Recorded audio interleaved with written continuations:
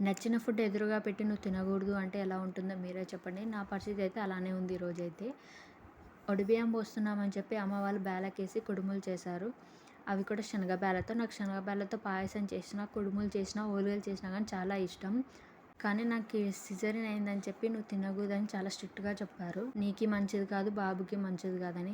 నాకేమో వాటిని చూస్తే తినాలనిపిస్తుంది. వీళ్ళేమో తినొద్దంటున్నారు. నీకంతగా స్వీట్ తినాలనిపిస్తే పాయసం తినని చెప్పి అప్పటికప్పుడు సేమియా పాయసం చేసి తినిపించారు నాతో. కొన్నిసార్లు అనిపిస్తది డెలివరీ తర్వాత ఏ అమ్మాయి అయినా సరే నోటికి నచ్చిన ఫుడ్ తినాలంటే కొన్ని నెలల తరబడి వెయిట్ చేయాలేమో అని.